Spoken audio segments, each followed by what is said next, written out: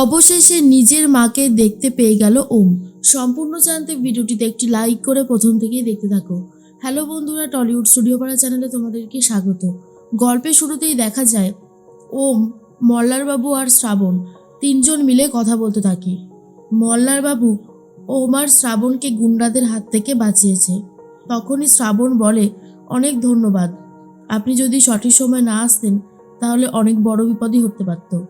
তখনই মল্লার বলে, আমি শুধু আপনার জন্য এসেছি শ্রাবণ, আপনার হাজব্যান্ডের জন্য নয়।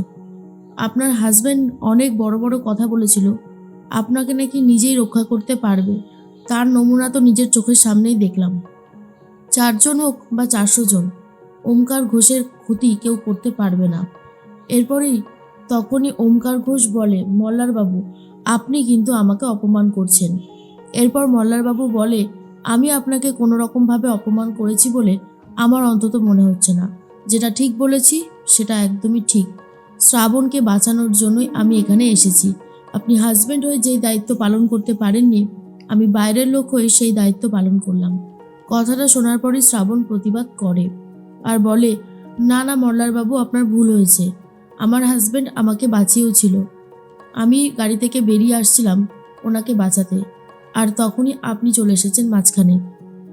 মল্লার বলে, যাই হোক না কেন, আজকে আমি যদি সঠিক সময় না আসতাম তাহলে আপনাদের দুজনকেই শেষ করে দেওয়া হতো, সেটা হয়তো আপনি জানেন না।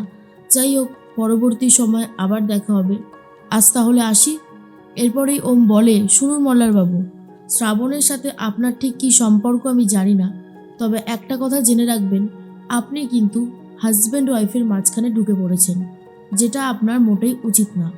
মল্লারবাবু বলে, আমি জানি আমার লিমিট ঠিক কতটা, কোন পর্যন্ত আমি যেতে পারি, এই সবটাই আমি জানি। দয়া করে আমাকে শেখাতে আসবেন না, সেটা খুব একটা ভালো হবে না।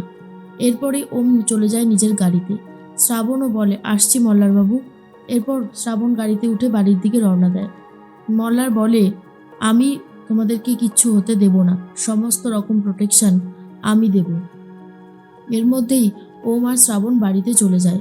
ওমের ওই কাটা জায়গাটা দেখে সবাই ভয় পেয়ে যায় আর বলে, কি বিপদ বলো তো, সব সময় যেন বিপদ লেগেই আছে। এরপরই ফার্স্ট এড বক্সটা নিয়ে এসে শ্রাবণ চিকিৎসা করতে শুরু করে, কিন্তু ওম তখন বলে, এইসব কিছু লাগবে না।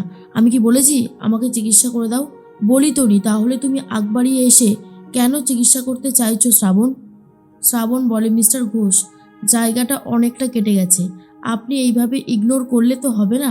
ভালো মতন ওষুধ না লাগালে পরবর্তী সময়ে ভয়ঙ্কর রূপ নিতে পারে। এরপর ওম বলে, আমার যা খুশি হয় হোক, সেটা তোমাকে দেখতে হবে না। আমি তো আর তোমাকে দেখতে বলিনি, তাই একদম এ সমস্ত কথা বলবে না। এরপর ওম নিজের ঘরে চলে যায় আর সমস্ত ওষুধপত্র ফেলে দিয়ে যায়।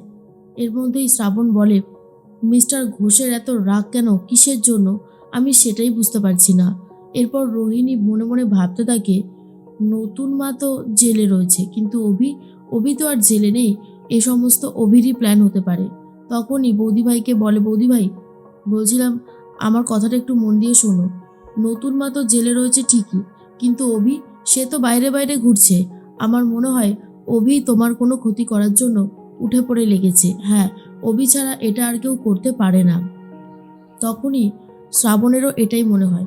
এর মধ্যেই ওম ঘরে গিয়ে তানপুরাটা ধরে রীতিমতো কারসাজি করতে শুরু করে, আর তখনই চলে এসেছে শ্রাবণ নিজে আর বলে, কি ব্যাপার মিস্টার ঘোষ, আপনি আমার তানপুরা নিয়ে কি করছেন? তখনই মিস্টার ঘোষ বলে, কেন, আমি কি তানপুরা ধরতে পারি না?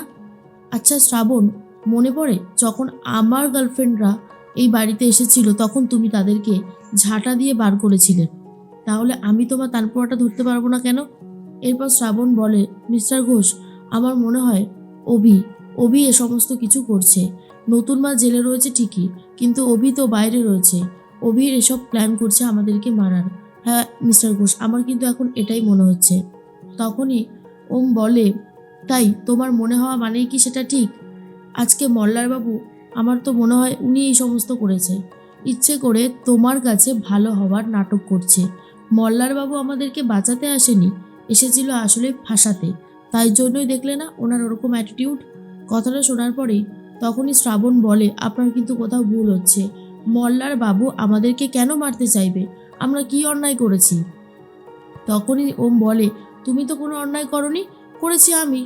আমি তো ওনার পাকা ধানে বারবার মইটা দিচ্ছি, তাই না? সেই জন্যই হয়তো উনি আমাকে এই পৃথিবী থেকেই সরিয়ে দেওয়ার প্ল্যান করেছিল।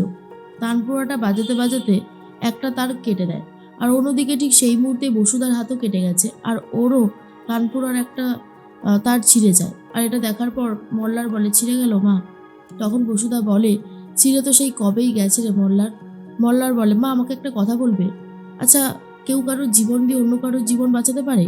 তখনই বসুধা বলে, কেন পারে না?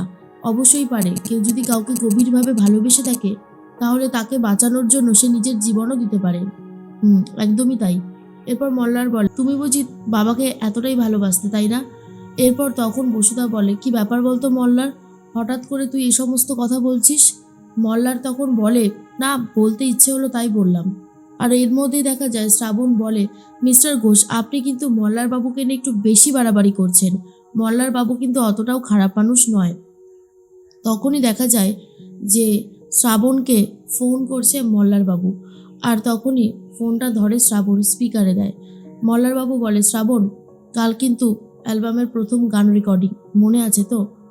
আর হ্যাঁ, না থাক, এখন একটা কথা বলবো না, গান রেকর্ডিং হয়ে যাক, তারপরেই একটা কথা বলবো, বলেই ফোনটা কেটে দেয়।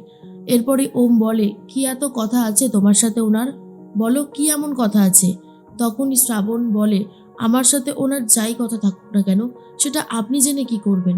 এরপরই শ্রাবণ ভাবতে থাকে কি করে রহস্যের সমাধান করা যায়, ঘোষবাড়ির রহস্যটাই বা কি। তখনই ওম তানপুরাটার তার যখন কেটে ফেলেছিল, তখনই শ্রাবণ বলে, আচ্ছা মিস্টার ঘোষ, এটা যদি আপনার মায়ের তানপুরা হতো, পারতেন এরকমটা করতে? আমি তো শুনেছি আপনার মা গান ভালোবাসতেন।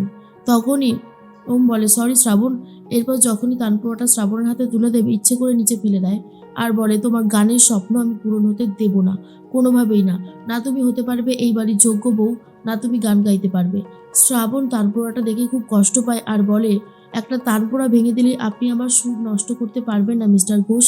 আমি আমার গান দিয়ে ঠিক নিজের স্বপ্ন পূরণ করবই, আপনি মিলিয়ে নেবেন, আমার তাতে কিচ্ছু যায় আসবে না। কিন্তু আপনার এই ব্যবহার সারা জীবন আমার মনে থাকবে। এই কথাটা ভালো করে মাথায় ঢুকিয়ে নিন। আশা করি বুঝতে পেরেছেন আমি কি বলেছি। আর তারপরেই তখনই শ্রাবণ আর একটা রহস্যের সমাধান করবে বলে ঠিক করেছে।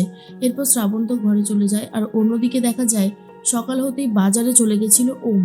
ওম বাজারে যাওয়া মাত্রই বসুধাকে দেখতে পায়, আর বসুধার পেছন পেছন ফলো করতে থাকে আর ডাকতে থাকে। বসুধা ভয় পেয়ে পালাতে শুরু করেছে আর বলে, সর্বনাশ, ওম আমাকে চিনে ফেললো কি করে? এটা তো হওয়ার কথা ছিল না, এবার আমি কি করব? আর ওম পেছন পেছনই যাচ্ছে। ওমের সন্দেহটা কিন্তু বেশ বাড়ছে আর বুঝতে পারে হয়তো এটাই তার মা।